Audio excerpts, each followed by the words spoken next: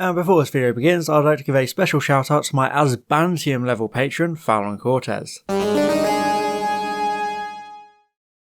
Legend of the Sea Devils is the latest result of Chris Chibnall pulling down his trousers and aggressively defecating onto his computer keyboard. Except this time he really outdoes himself, because he manages to do it all in his sleep as well. Despite me actually being quite cautiously optimistic going into this episode because of Flux being decent, Legend of the Sea Devils is a boring, incomprehensible CGI fest full of dream logic and the effects budget of an Alistair Beckett King YouTube skit. As we slowly, painfully crawl ourselves over broken glass towards the end of the Chibnall era, we get a whistle-stop tour of all of his favourite tropes, with countdowns, exposition and awkward will they won't they Thasmin stuff, making up the bulk of a largely forgettable episode. It's almost like Chibnall saw how bad Planet of the Dead was and decided to make something even worse. So brace yourselves because this isn't going to be pretty. Just don't give out your card details. A lot of sharks out there. What? The Easter special this year is called Legend of the Sea Devils, so I suppose the appropriate place to start would be with the titular Sea Devils, because unlike Chibnall, I understand the importance of structure. One of the few compliments you tend to see about the 13th Doctor era is the quality of the updated designs of classic monsters. There were redesigns of Daleks, Cybermen and the Centaurans, since Chibnall is desperate to leave some kind of a mark. The Centaurans are probably the best example, finding a way to transform the wobbly 1970s rubber suits with jacket potato heads into actual decent quality costumes, making them look like a suitable contemporary threat. So you'd probably expect the same kind of glow up to apply to the Sea Devils too, since they clearly needed one, with their first appearance having them wander around in torn hospital gowns. Fans have been begging for years to see the return of Sea Devils, so when they finally appear in the modern show, this is what they got. No, in fact, that's not actually a picture of the latest Doctor Who fan film starring an unconvincing teenager running around with a fez. This is actually real, with the BBC's budget in 2022,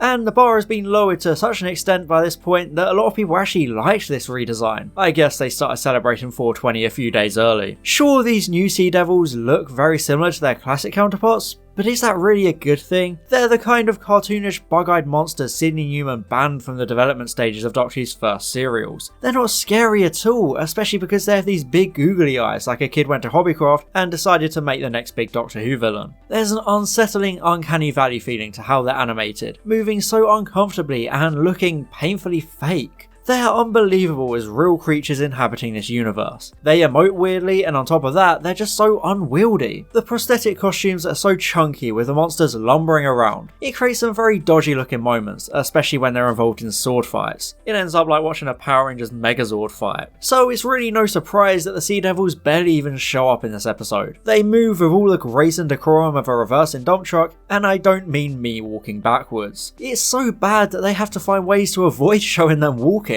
So you get them instead Mario jumping onto ships. Perfect.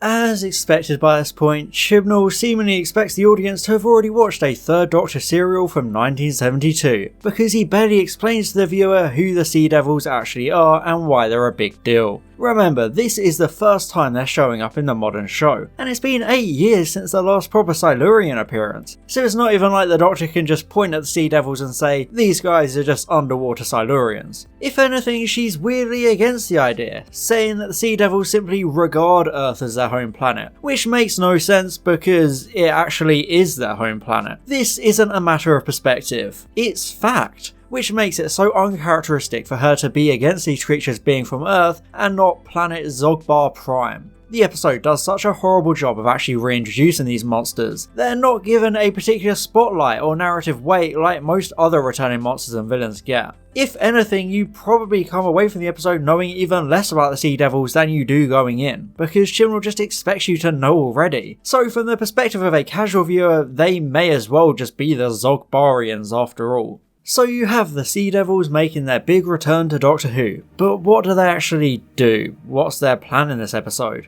No, that's not a rhetorical question. I'm genuinely asking you because I have no idea. The plot is that incomprehensible and downright boring. From what I could gather in the moments my eyes weren't glazing over, it seems like the Sea Devils want to reshape the Earth and the solar system to melt the ice caps and turn the planet into an ocean, despite it already being 70% water. Even in the time they were ruling the planet, land existed. It's not like the human race came along and plonked down land for the banter. There's a really confusing moment as the literal stars in the sky rearrange themselves because of the Sea Devils. What technology could they possibly will to do that? Did Chibnall forget what stars actually are? You can't just move them around like fridge magnets. And on top of that, the episode acts like switching the polarity of the Earth's magnetic field will cause chaos and wipe out all human life, allowing the Sea Devils to prosper. But it seems like neither Chibnall nor co-writer Ella Rowe took the time to do a quick Google search, since this is already a natural process that happens every 200 to 300,000 years. So it's not the big world-ending event the writers seem to think it is, and it won't melt all the ice caps. There's also a random magical keystone MacGuffin which suddenly shows up halfway through the episode, and sometimes the Sea Devils use a random sea monster creature, only for it to suddenly vanish from the story with no explanation. Which, come to think of it, pretty much sums up the absolutely abysmal plot. Where's the crew? Well, that'll be us. We don't stand a chance. I think it's actually generous to say Legend of the Sea Devils has a plot. It's more like a patchwork episode made up of random set pieces and boring exposition. You see events playing out on the screen in front of you, but you have absolutely no emotional attachment to them or any reason to care about what's happening. It's lifeless and soulless, making it disposable and average, which means it's a complete disaster. It constantly rapid fires stuff at you: a Sea Devil statue, a flying pirate ship, Chinese pirates from different periods of time, stars moving around, a magical stone, an ear in a box. It's messier than the casting couch at the end of the working week. There's never any build up or payoff. Things just happen and you never get any explanations for why things are actually meant to mean anything. It's confusing and you don't even care about trying to make sense of the plot because of how mind-numbingly dull and boring it is. Characters just happen to appear anywhere they need to go and immediately have the right knowledge for that scene. It feels like half the script was blown away by the wind during filming. It's shockingly disjointed, like when the Doctor is trying to get the pirate ship to return to the surface, only for it to immediately cut to her and Yaz escaping the ship, having apparently freed the captive pirate captain. There's a massive piece missing since they were in the literal enemy base but can apparently just walk out if they decide to. The episode feels incomplete with no flow, which makes me wonder just how much was cut during editing. It's the shortest special since the show was revived, just 47 minutes long, which further shows how bland it is, because it's basically just a cut Series 13 episode retrofitted as a special, which means it's anticlimactic and just not special. Legend of the Sea Devils actually had quite a lot of promise to it. It's a historical episode set in a period of history you wouldn't expect, focusing on an interesting figure from that time period. It continues the more international historical trend of the Chibnall era, which had previously explored Rosa Parks, the partition of India, and the rivalry between Thomas Edison and Nikola Tesla. Most previous historical episodes were British history, or the generic kind of history you'd expect, like ancient Romans. So having a story all about the infamous pirate queen Zheng Yi is a brilliant idea to expand the show and include more elements of world history, and that's what all the promotional material was suggesting. We were promised a meeting with the legendary pirate queen herself, only for the episode to squander that setup to an almost insulting degree. Instead of the infamous and feared pirate, she becomes bland woman with a sad family backstory, teaming up with bland boy with a sad family backstory, and then bland historical pirate captain. In classic Chibnall fashion, you feel absolutely nothing for any of them, because they're void of personalities. They just exist as tools for the constantly crumbling story, persistently reminding you of their motivations through monologues. Zheng Yi Sao is especially shakily acted, coming across as some edgy teenager trying to be a badass, mysterious anime protagonist instead of living up to the reputation of being possibly the most successful female pirate in the entire world. And if you're lucky, you might make it back home alive.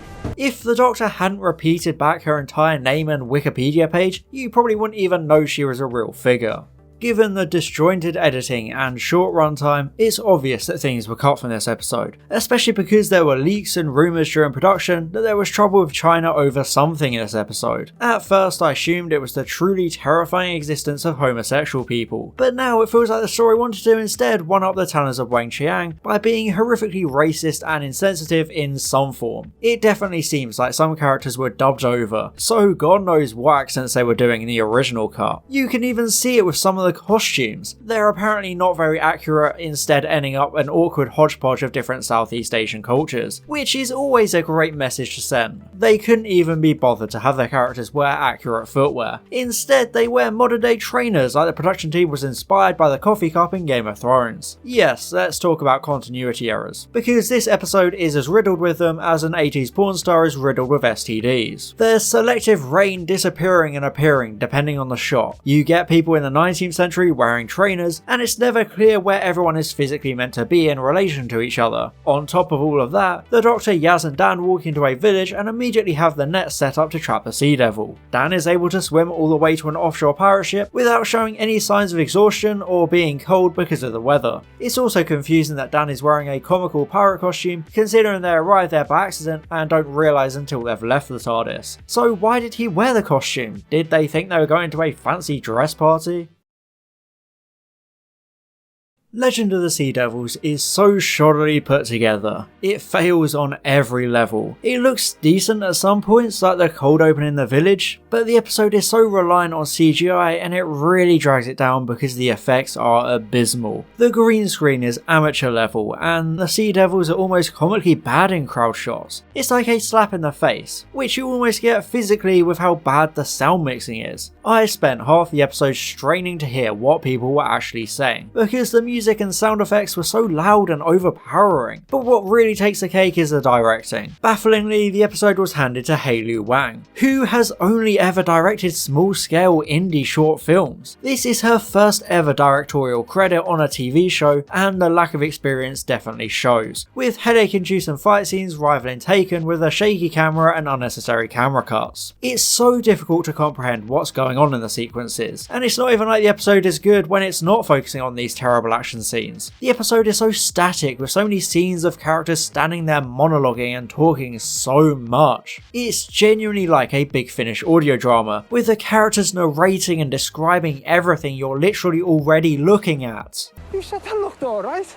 Yes, did you dress down up like this? Pirate Sea Devils, 19th century China. This isn't a mutiny. He's throwing them off. My ship is yours. Ji-Hun's in league with the Sea Devils. Did you see? The stars just moved. We're here to find out what happened to the lost treasure ship. Well, here it is. Stolen by a sea devil. I solved the mystery of Ji-Hun and found the lost treasure of the Flor de la Mar. The dialogue is atrocious, with constant technobabble and convenient buzzwords, along with some horrible attempts at comedy. No ship, Sherlock. The episode tries so desperately to be hip and down with the kids that it's one step away from having Yaz make a TikTok of her achieving a sussy victory royale. I mean, the Doctor even references Megamind of all things, weaponizing cringe to an almost atomic level. Ji-Hun, rumours of his death have been greatly exaggerated. And now we get to Thasmin, which I left until the end, just like how Chibnall left it to the last minute to actually do anything with it. Indeed, much like Eve of the Daleks before it, the most notable part of Legend of the Sea Devils is its exploration of the romantic relationship between the Doctor and Yaz. This was something the Thasmin fans willed into existence because it wasn't planned and only started to become purposeful in The Haunting of Villa Diodati, before being confirmed in Eve of the Daleks, leaving just 2 episodes to cram all the Thasmin stuff into. Unlike previous episodes, Legend of the Sea Devils actually addresses it to an extent, no longer treading water and poking it with a stick, but it's still horribly mismanaged because of how unbelievable it all is. There has never been any chemistry between these 2 characters. The obvious comparison is the 10th Doctor and Rose, the only other full-on Doctor and companion romance. As early as the Christmas invasion, it was obvious that the pair shared a bit of an unspoken romantic attraction. The foundation was already there and it took centre stage in New Earth. But you never had anything like this between 13 and Yaz, because Yaz always faded into the background, having a total of 3 other companions to share screen time with. They never had the chance to build up the kind of romantic chemistry a TV relationship requires for the audience to buy into it. They barely even come across across as friends because of how badly the Doctor treats Yaz. It's a borderline abusive relationship which shouldn't be celebrated. The same kind of problematic relationship writing that caused an entire generation to think BDSM relationships are supposed to be physically and emotionally abusive. Thasmin is not a healthy friendship or a relationship. Yaz has completely abandoned her life, her job and her family, all for the Doctor. She's even perfectly fine with killing people now, but we never understand why she does all this for the Doctor, and it's never addressed as character development. Instead, we just constantly see the Doctor shutting Yaz out, refusing to explain things to her, and snapping at her for asking basic questions. So Legend of the Sea Devils essentially comes along needing to play catch up for 2 series of relationship building and tension, but instead we get sword fights and this scene. Not a bad day, am I? Yes, this episode manages to both confirm the Doctor's feelings towards Yaz, whilst Chibnall still tries to sit on the fence and avoid committing to either side. It makes you wonder why they even bother acknowledging it, since it's going nowhere as it stands. It's bad enough that Yaz seems perfectly content with being outed to her crush without her consent, but Chibnall really decides to go down the route of copying School Reunion's idea of the Doctor not being able to settle down with a human because they don't age. But the show has changed so much since then, and even in School Reunion it was all linked to a wider thematic story. In this episode, the Doctor reciprocates the feelings but turns Yaz down because of the danger and inevitable death. But if she really does love Yaz as much as she says, why does she let her stay and risk her life so often? The 10th Doctor tried to send Rose into the parallel world to be safe with her family, and later the 11th Doctor forced Amy and Rory to leave him for their own safety because he couldn't bear the thought of standing over their graves. So why is it different for Yaz? Why does she still let Yaz travel when she loves her enough to not want to start a relationship out of the fear of Yaz dying? It makes no sense. And besides, the Doctor has settled down multiple times since School Reunion. The 11th Doctor spent thousands of years on Trenzalore watching the people of Christmas live and die. The 12th Doctor spent 24 years with River on Beryllium and then countless years as a university professor. So the 13th Doctor's excuse just seems completely off base compared to what we've seen. She even compares her love for Yaz to her love for River, her literal wife, which is another mind-boggling narrative decision. But the point is, if it was going to be anyone, it'd be you. Indeed, in the midst of all the weird CGI, Sea Devils, Mario jumping and continuity errors, the real worst moment of Legend of the Sea Devils is the scene where the 13th Doctor says Yaz is the most amazing person she has ever met. What has Yaz ever done to warrant that kind of opinion? She hasn't had a huge brave moment proving her worth. Rose absorbed the time vortex, Martha saved the entirety of Earth, Donna became part Time Lord, Clara jumped in the Doctor's time stream to save his life. All these other companions had very significant impacts on both the episodes and the Doctor's life, but Yaz has had nothing close to this. I fail to see how she could consider Yaz better and more special than all of those previous companions. If anything, she's the least special, most underdeveloped companion of the modern era. Up until this point, the Doctor hasn't shown even the slightest inkling of seeing her as more than a friend. But now Chibnall decides to make it so that she considers Yaz the ultimate soulmate. It hasn't been built to, and now it's up to the characters to desperately monologue to us about how much they actually care about each other. Because guys, can't you see? They really do love each other so very much. It's just so superficial and ham-fisted. It could have been a really good payoff to a properly structured long-term story. But it's not. There were no little hints here and there, no roots or sense that the Doctor felt anything towards Yaz. So what's the point? Why make this an integral part of Legend of the Sea Devils if you're just going to bait the audience with it, suddenly yanking it away with such a dismissive line? Can we just live in the present of what we have? Thasmin was basically only turned into a real thing because of the fans, so what do you gain from turning on those fans? None of it makes any sense, and the characters suffer from this game of hot potato. And besides, with one episode left until the 13th Doctor regenerates, Chibnall has already added at least one more Barry Gay to his trophy cabinet, because we literally already know he's going to kill off another gay character.